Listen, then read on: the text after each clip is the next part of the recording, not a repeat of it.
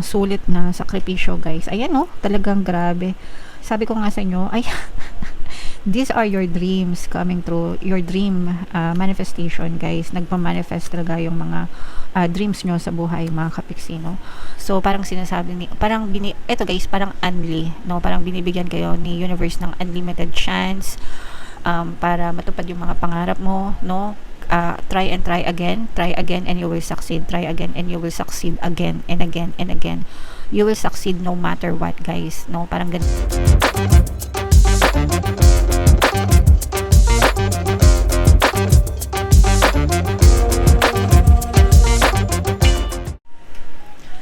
Hello guys, hello Cancer, welcome back to Pinay Pixie Tarot. Ang pamagat ng episode natin for tonight is New Moon Kapalaran para ngayong January to February para sa Cancer, Sun, Moon, Rising Sign, and Venus. So, unahin natin tong deck na to, guys. Ito yung moon message. By the way, guys, yung ating new moon ngayong January ay sa January 19, tapos yung next na new moon naman natin ay sa February 17, mga kapiksi. So, ang reading na to ay para sa period na yan. So, ito yung moon message para sa inyo, guys. Look at the bigger picture, no?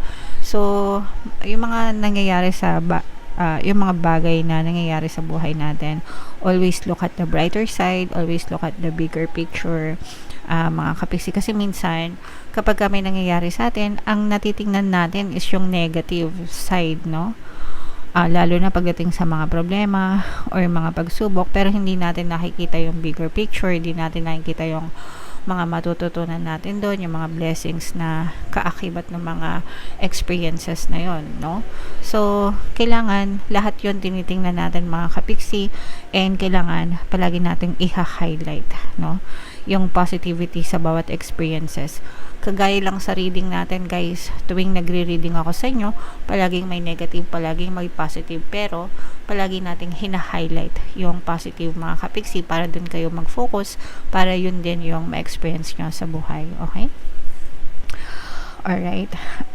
Attune to the moon, take time out for a mini break or adventure. So, ito naman, guys, kakatapos lang ng Pasko, bagong taon, holiday season. So, I'm pretty sure na nakapagpahinga na rin yung most of you, mga kapiksi. Pero kung nakukulangan pa kayo, abay, sige lang, magbakasyon lang kayo.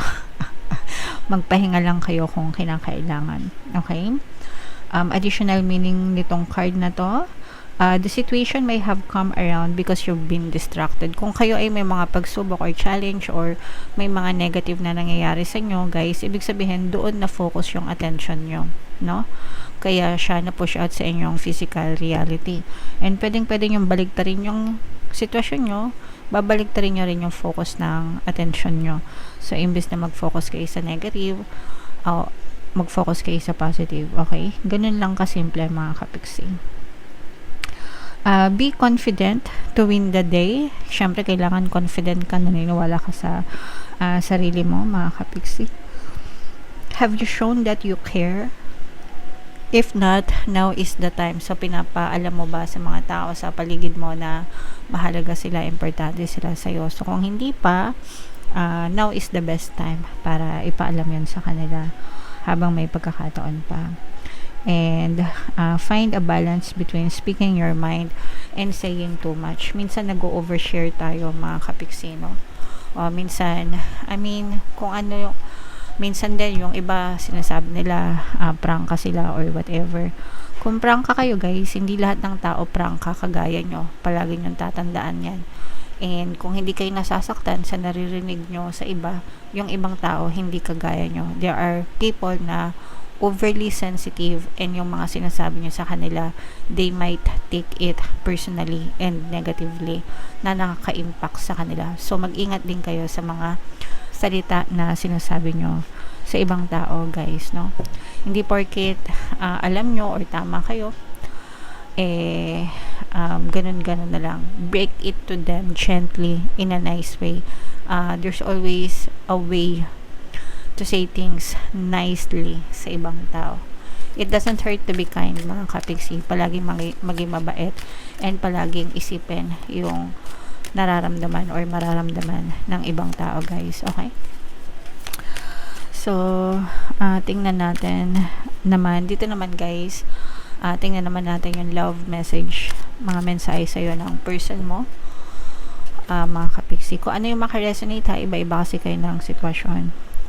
Sana maging masaya ka. So, ito guys, maaaring hiwalay na kayo ng person mo or pwedeng nandun na kayo sa, maaari na kayo maghiwalay, mga kapiksi, or baka hindi na kayo nag-uusap, ganyan. Pero, kung ano man yun na magitan sa inyo, kung ano man yung naging problema nyo, guys, gusto ng person mo, parang deep inside, wini-wish niya na sana maging masaya ka pa rin kahit wala na siya or whatever. Lagi ka pa rin niyang naiisip, lagi ka niyang naaalala, lalo na guys kapag ka pinapakinggan niya yung pampabalisa at saka pampamis na subliminal. Napakagandang combo nun guys, lalo na sa relationship. Kahit nahiwalay na kayo, kahit na hindi kayo nagkikita, hindi kayo nagsasama, kahit na matagal nang hiwalay, no, yung iba. Pero guys, no, gamitin nyo yan sa mabuting intention lang, mga kapiksi. Yung iba kasi, may mga jowa na, yung mga ex nila, abay gusto pa na, manggulo, di ba? So, but yeah, kapag pinakinggan yung mga subliminals na yan, guys, kahit hindi kayo nagkikita, hindi kayo nag-uusap, kahit wala kang connection, communication, kahit LDR kayo, nasa ibang panig sila ng mundo, kahit ibang lahi sila, mga kapiksi, effective yon guys, no? Yung mga affirmations na nilagay ko doon, as in talagang mababalisa sila, palagi talaga nila kayong iisipin, mga kapiksi. Kaya maraming yon guys, positive feedback kung babasahin nyo guys. So super effective, pakinggan nyo guys. And nahihiya ako sa'yo. So ito guys, no, maaaring hiwalay na, maaaring hindi na nag-uusap, maaaring ghosted, cold treatment, pwede rin, mga kapiksi, okay? Pero palagi ka iniisip ng person mo, nahihiya siya sa'yo mag-reach out. Kung hindi man siya nagre-reach out, pwedeng nahihiya siya, pero palagi ka niya naiisip and gusto niya na maging masaya ka kung ano man yung buhay mo ngayon, Cancer, okay? Alright. So, comment down below, guys, if feeling nyo naka-resonate kayo dyan. Shuffle natin to, mga kapiksi. Hanapin natin yung energy ng Cancer at saka yung energy ng Moon. Habang sinashuffle ko to, guys, panoorin nyo muna yung video natin regarding sa ating paano mag-manifest ng abundance video course. Kapiksi, sawa ka na ba sa mga struggles at hirap sa buhay mo? Masipag ka ba at masikap sa buhay ngunit hindi ka pa rin umaasenso? Ilang beses ka na bang nag-attempt mag-negosyo at mag-invest pero palagi ka pa rin nalulugi? Sa pagkakataon na ito ay maaaring may subconscious beliefs ka na nagiging balakid sa iyong pag-unlad at pagyaman. Introducing, paano mag-manifest ng abundance video course. Dito ay matututunan mong ma-overcome ang mga balakid mo para tuluyan ka ng umunlad, umasenso, sumagana, maging matagumpay, successful at maswerte sa iyong kabuhayan, pera, trabaho, negosyo, salapi at kaperahan ng bonggang-bongga. Dali, mag-send na ng email sa pinoypixitaro@gmail.com at simulan na ang iyong pagyaman ngayon. Alright, so sa lahat ng gusto mag-avail ng course guys, meron tayong paano mag-manifest ng abundance video course, paano mawala ang third party at magkaroon ng harmonious na relationship, paano pabalikin si ex or vice breakup. Sa mga interesado guys, mag-send lang kayo ng email sa pinoypixitaro@gmail.com. And sa mga naghahanap guys ng pampaswerte na lucky charms or lucky bracelet, aventurine tsaka citrine, yung recommended ko guys ito. May makita kayo mga link sa description box. Grabe naman, sobrang ganda naman ito, Cancer. Palagi na lang maganda yung reading nyo guys, no? So, Cancer, kayo ay 9% ng Mother of Cups sa ating spread. Ito yung ating moon energy. Meron din dito ang presence ng another water sign, Cancer, Pisces, Scorpio, Air sign, Aquarius, Gemini, Libra. For some of you guys, maaaring may ganyan kayong elements sa inyong natal chart or you may be dealing with other signs na may ganyan sa kanilang natal chart. Ito guys, super ganda, super swerte. Super nagiging maganda yung ikot ng swerte sa inyo guys ngayong season na to. Feeling ko guys, 2026 is your year kasi ibang ganyo yung reading nyo sa annual reading at saka dun sa mga reading natin for 2026. Consistent na maganda yung energy ng reading yung Cancer ever since basa ko for 2026. Pero ito guys, nakikita talaga natin na saswertehin talaga kayo, bibigyan talaga kayo ng chance ni universe na maging maswerte ngayong 2026, ngayong new moon season. May mga opportunities guys na dadating sa inyo. Parang feeling ko guys, sasamantalin nyo yung pagkakataon na swerte kayo para makapag-invest kayo, mga kapiksi, no? And bukod sa mga investment guys, may mga magagandang investment na mapapasukan kayo. So, kunwari, kung naisip nyo mag-invest sa ginto or mag-invest sa stock market or sa real estate, whatever, kung ano man yung napili nyong investment scheme, suswertehin kayo dyan, guys. No, ngayong season na to, mga kapiksi. Alright? And bukod dyan, guys, meron din mga magagandang opportunities na dadating sa inyo na magdadala ng swerte or magpapalaganap pa, magpapakalat pa ng swerte mo ngayong season na to, Cancer. Okay?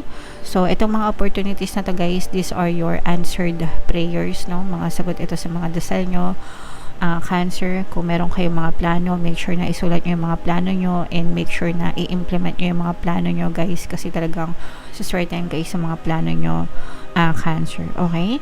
So, i-mind nyo na tong swerte, good luck, good fortune, magiging makulay guys, no? Ang inyong pamumuhay. Nararamdaman natin na magiging sulit, mga kapiksi, yung sulit yung mga sacrifices nyo, sulit yung mga hirap nyo, sulit yung mga effort nyo, especially last year, mga kapiksi, kasi may kita mo na unti-unting gumaganda, unti-unting mag-harvest kayo guys ng tagumpay, ng mga small wins and probably big wins, no? Ngayong season na to, Cancer. Okay? So, i-mind mo yung mga small wins, big wins, mga sulit na sakripisyo, guys. Ayan, no? Talagang grabe. Sabi ko nga sa inyo, ay, these are your dreams coming true. Your dream manifestation, guys. Nagpa-manifest talaga yung mga dreams nyo sa buhay, mga kapiksi, no? So, parang sinasabi eto guys, parang unli, no? Parang binibigyan kayo ni universe ng unlimited chance para matupad yung mga pangarap mo, no? Try and try again and you will succeed. Try again and you will succeed again and again and again. You will succeed no matter what, guys, no? Parang ganun yung gustong sabihin sa'yo ni universe. Walang tapon sa mga grasya, walang tapon sa mga biyaya, kasi lahat yan masasalo mo, Cancer. Okay?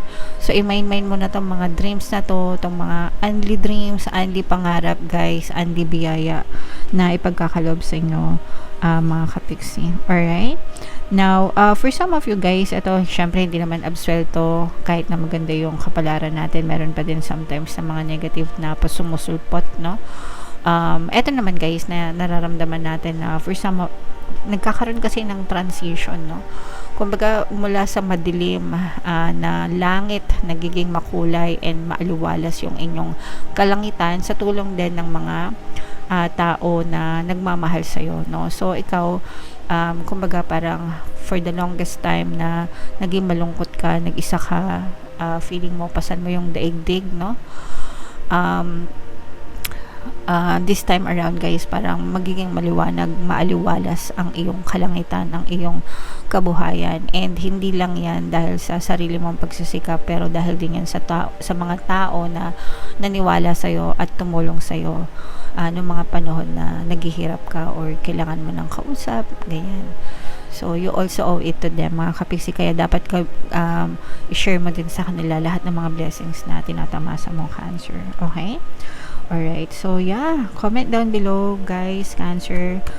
I-mind nyo lahat ng mga magaganda, no? Super ganda ng reading nyo, lalo na sa swerte, Cancer. Talagang feel ko yung swerte nyo ngayong taon na to, Cancer. Okay? Alright, so ito yung ating 2026 kapalaran guys. Ito naman yung ating success stories ng paano mag-manifest ng abundance video course. Click here to subscribe guys. Thank you for liking, sharing, and subscribing. See you next time. I love you all. Have a nice day. Bye-bye.